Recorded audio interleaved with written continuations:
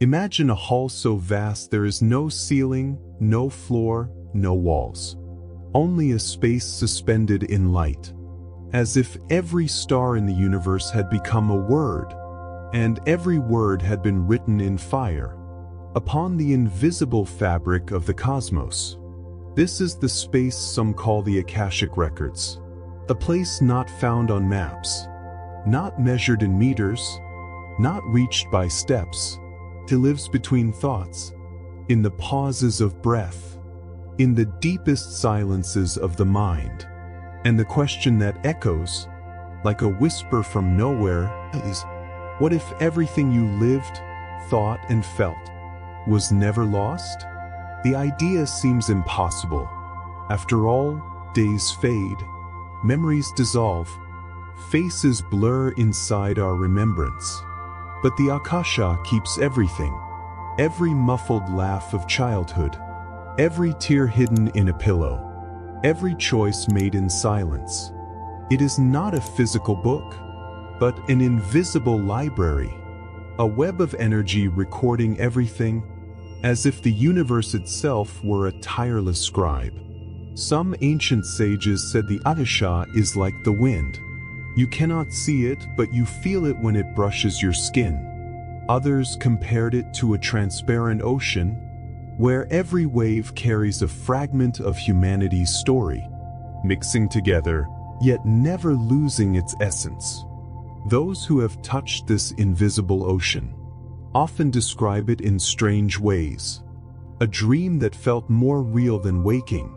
A déjà vu that was not just a sensation, but a living memory.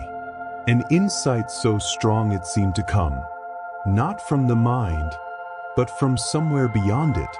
That is why, perhaps without knowing, you may have already accessed these records. Not in distant temples, not in hidden books, but in those unexpected instants, when reality itself seemed to bend before you. Yet an unsettling doubt arises. How to tell imagination from real contact? If all we see within is hazy, how can we prove it comes from a greater source, and not merely from the theater of the mind?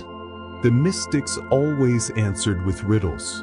Some said, you know the Akasha because it brings not only images, it brings truths you would rather not see.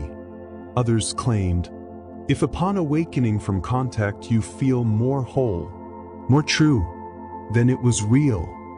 But the deepest criterion is only one. The heart knows, and when it touches the Akasha, it vibrates as if it had returned home. This is the mystery that opens the portal of this video. We are not here to discuss cold theories, but to cross a door that has always stood before you, yet rarely opens with awareness.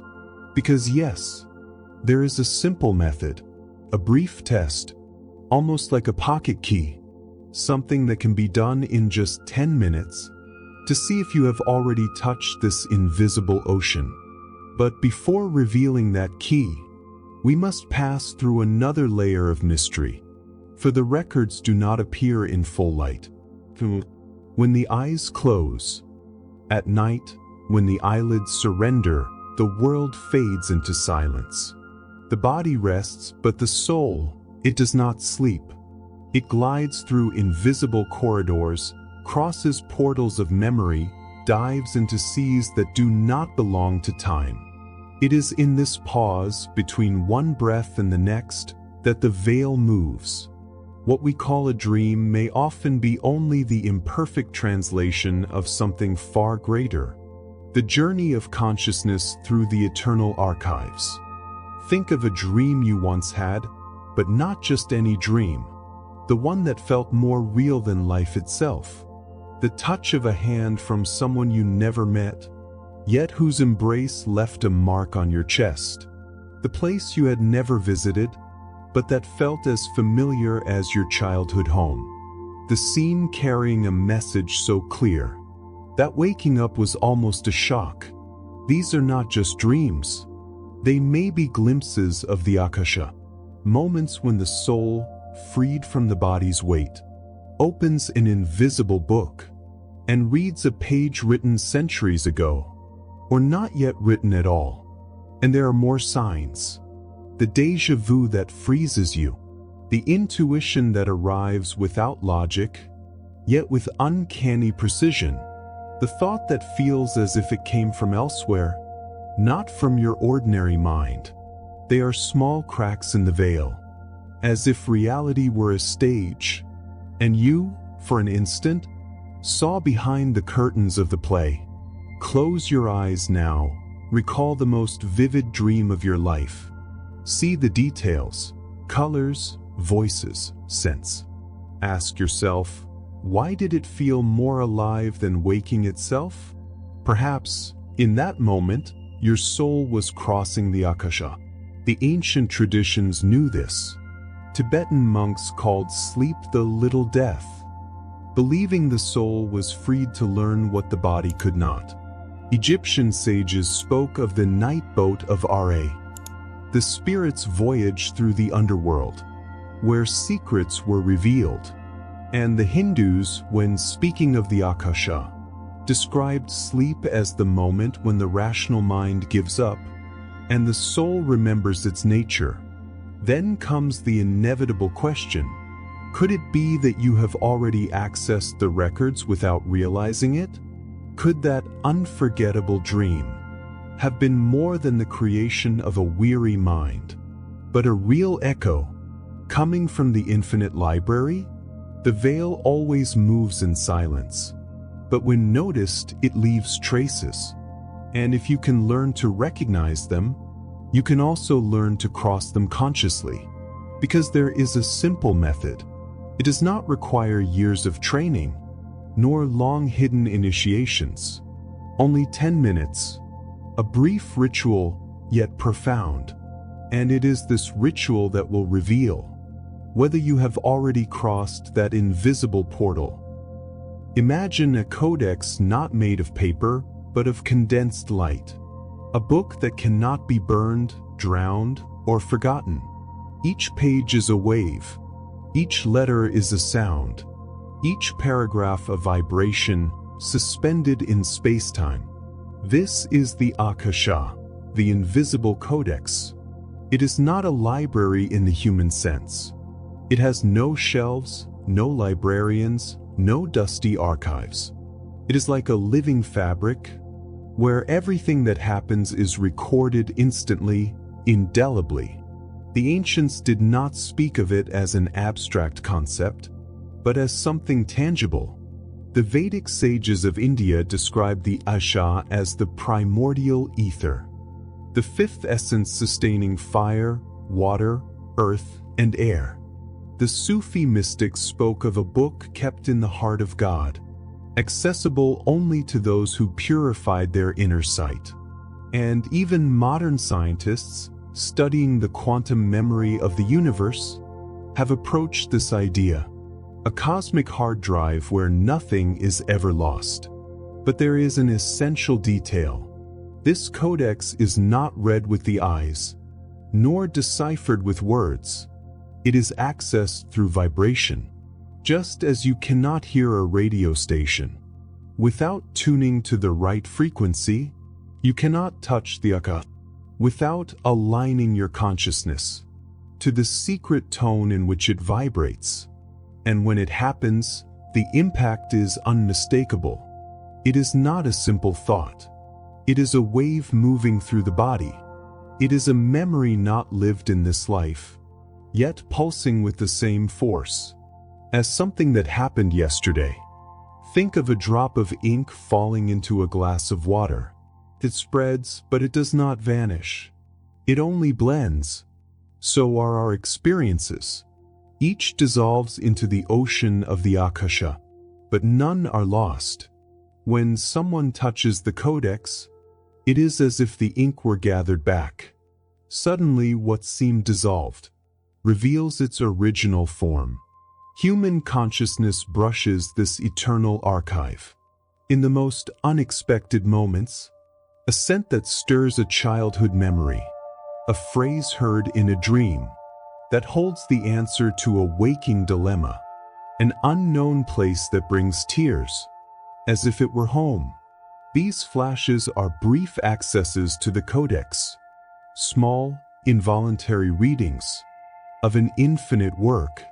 But the question remains, how to open this book consciously? How to turn a flash into a plunge? How to stop being captive to glimpses and learn to open its pages at will? The answer does not live in rational mind.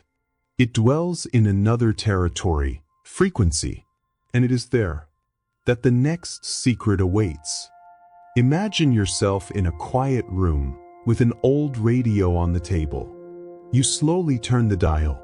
Between noise, crackles, and static, suddenly a clear melody emerges, sharp, alive, as if it had always been there, waiting only for you to find the right frequency. So it is with the Akashic records. They do not hide. They vibrate ceaselessly.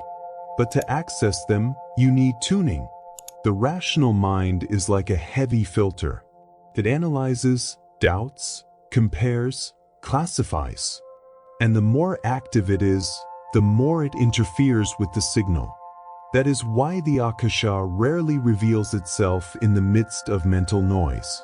It manifests in silence, when you stop forcing and begin simply to vibrate in the same note. Think of the moments when music completely changed your state.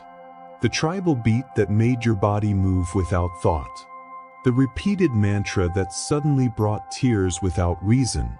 The deep silence of a forest that slowed your heartbeat until you felt time itself had stopped.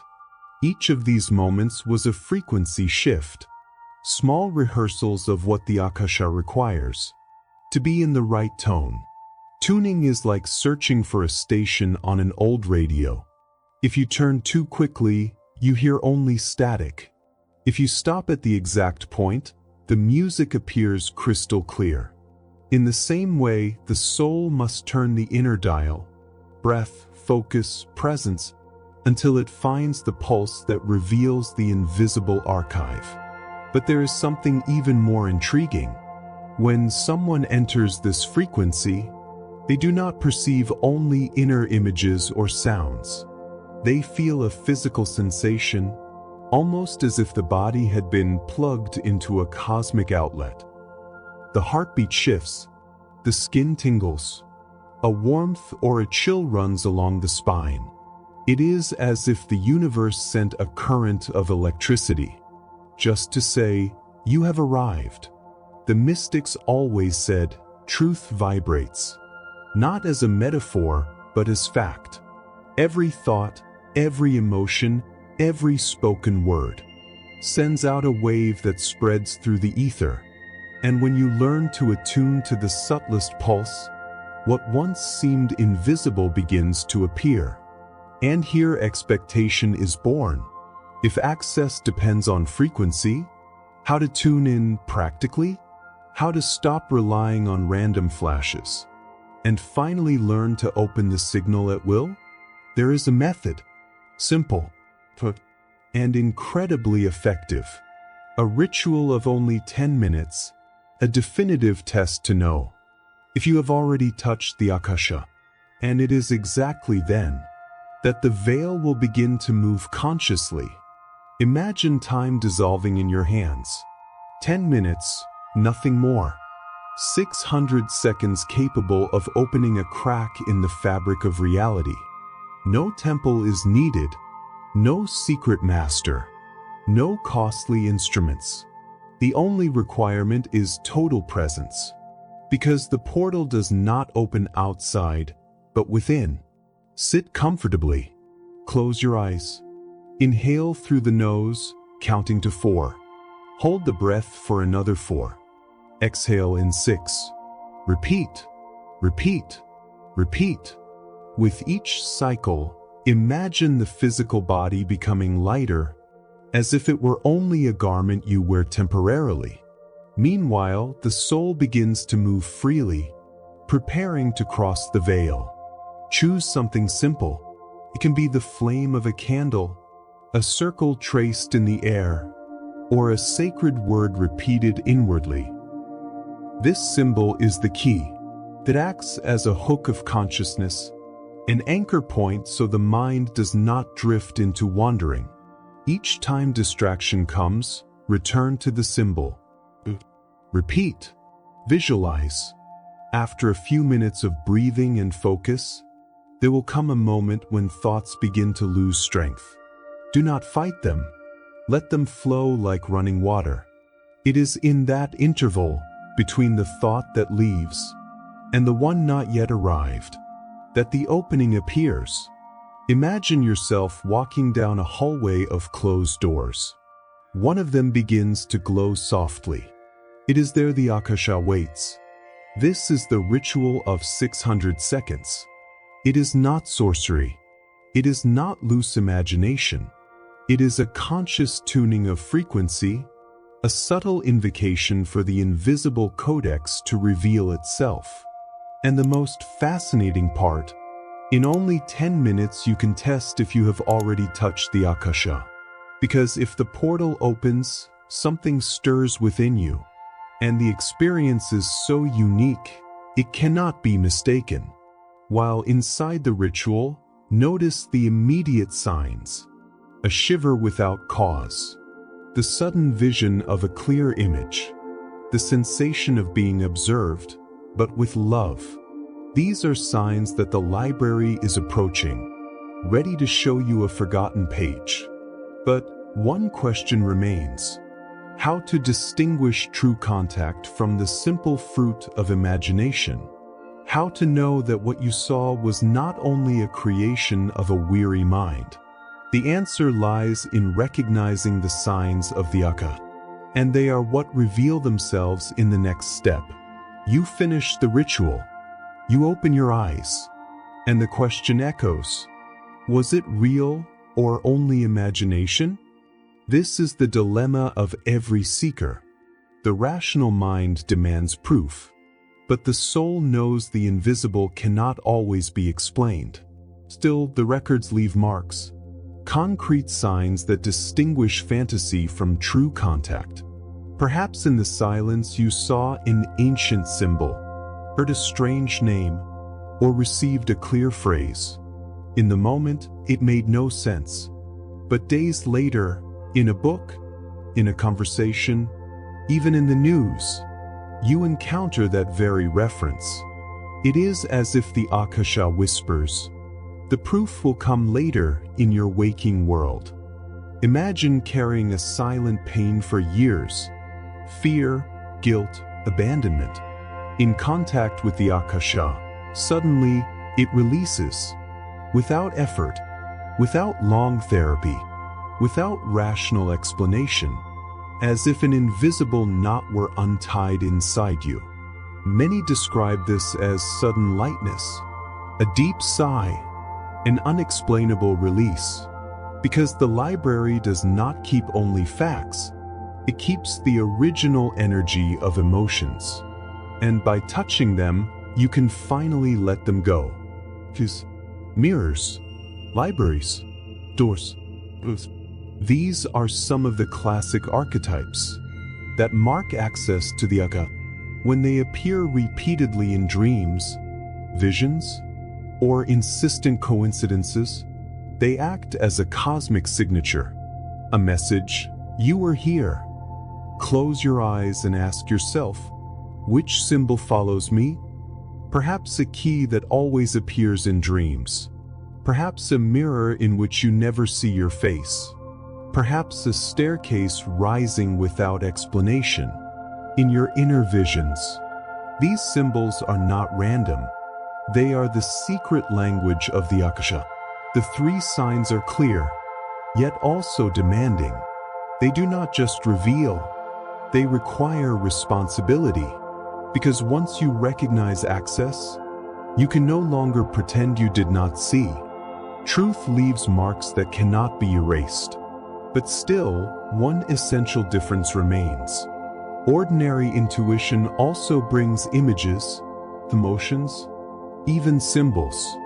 So, what truly distinguishes the Akasha from simple imagination? or intuitive sensitivity? The answer is unsettling, because the Akasha does not show only what is beautiful. It shows everything, even what you would rather not see. And it is here that the next portal emerges, the mirror that never lies. Imagine standing before a mirror, not an ordinary mirror, but one that does not reflect your present face. It reveals the deepest essence of your soul. And see not only who you are today, but also who you have been, the choices you made, the promises you broke, the lives you left unfinished. This is the reflection of the Akasha. It does not edit. It does not beautify. It does not protect. It shows truth bare. When entering this mirror, many do not find only glories or forgotten gifts. They find wounds.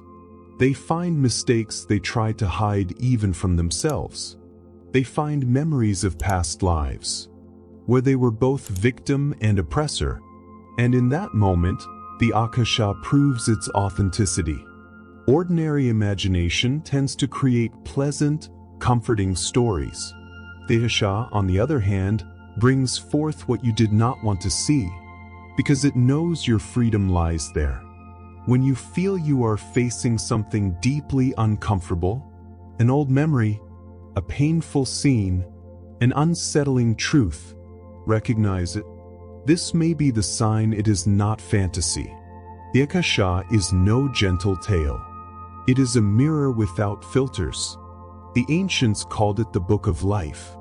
In Christian traditions, it was said that all actions were recorded to be revealed at the end of time. In Egypt, they spoke of the scales of Ma'at, where every heart would be weighed against truth. All these metaphors pointed to the same phenomenon, a record that never lies. And some say the greatest impact of the Akasha is not the information it reveals, but the emotion it awakens.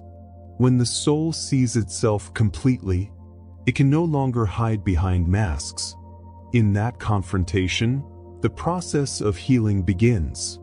Perhaps you have experienced this without naming it. That intense déjà vu, that did not bring only familiarity, but also discomfort, as if you remembered something you would rather not revisit, a mistake repeated, an unresolved choice, a shadow still asking for redemption. Yes, it may have been the Akasha showing you the mirror. And here the next mystery arises. Déjà vu is not merely a glitch of the mind. Many times, it is living proof that different pages of the same story overlapped. An ancient memory touching the present experience. And what if that déjà vu you once felt was not illusion at all, but the secret witness of the Akasha? You have felt it before, walking down an unfamiliar street, and suddenly everything seems familiar. The voices, the colors, even the scent of the air. Your heart races and the mind asks, have I been here before? This is déjà vu, that strange, sometimes unsettling sensation of reliving something for the second time. For many, it is nothing but a glitch of the brain. For those who seek the Akasha, it is far more, a secret witness. Imagine life as an immense book. Each page, a moment of your existence. Normally, you read one at a time, in order, like an obedient reader. But sometimes the pages overlap. A fold in the fabric of time makes the Akashic memory blur with the present. And you feel, I have seen this before. Déjà vu, then, is not illusion, it is overlap. It is proof that the soul is flipping through more than one layer of the book at once. A glimpse of the Akasha, reminding you that life is not as linear as it seems. Close your eyes and recall the strongest déjà vu of your life. Relive the scene. Where were you? Who was with you? What emotion rose within you? Now ask, What was this memory trying to show me? Perhaps it was a warning. Perhaps a reminder that choices can be repeated or transformed. Mystics saw déjà vu as proof that time is circular, not linear. For them, each repetition was the soul's invitation. Look again. Choose differently this time. Have you considered that the sensation of having lived this before may be a call to break invisible cycles? A chance to act differently, to not repeat the pain, to walk another path? And here lies the crucial point. Déjà vu is not just a curious detail of the mind. It is a trace of the Akashic, an ancient memory touching your present experience to say, I exist, I watch you, and you can change the story. But the Akasha does not limit itself to flashes. It also manifests in absolute silences. In those instants when the mind falls completely quiet and something greater begins to speak, and there emerges a secret gift reserved for those who dare to cross the void. The world never stops speaking. Clocks, machines, screens, voices. A flood of sounds filling every instant, as if silence were something dangerous. But the Akasha does not reveal itself in noise. It reveals itself in the sonic void, where nothing needs to be said. Imagine yourself sitting in a place where time seems to have forgotten to pass. No noise, no distraction, only the sound of your own heartbeat. At first, this silence is frightening, heavy, strange, uncomfortable. But little by little, it opens. And in the moment the mind gives up thinking, something begins to descend. It is like an invisible download of clarity. There are no words, yet there is understanding. No voice, yet there is message. A knowing not studied but delivered. Ancient sages described this in mysterious ways. They said that in minutes of absolute silence, they received entire books, complete revelations, visions that would take years to live through. It was as if the universe chose to pour into the human mind whole fragments of its secret library. And indeed, many mystical accounts speak of poems, treatises, formulas, even music that came all at once, as if dictated from beyond. They were not inventions. They were downloads of light. Next time you enter full silence, notice. If something arises complete, a finished idea, an instant clarity, an answer you did not expect, do not analyze. Recognize. This may be the Akashic, speaking in its purest language. But there is something even more transformative. Silence also heals. When the mind finally quiets, the heart finds space to release ancient pain. Tears that never came find their path. Smiles once imprisoned break free. And in that process you understand, you are not alone. The entire universe is present in your stillness. This is the gift of silences. A secret key few value, because they believe knowledge can only come through words or study. But the greatest secrets of the soul arrive precisely when everything is surrendered, when you allow yourself to be touched by the void.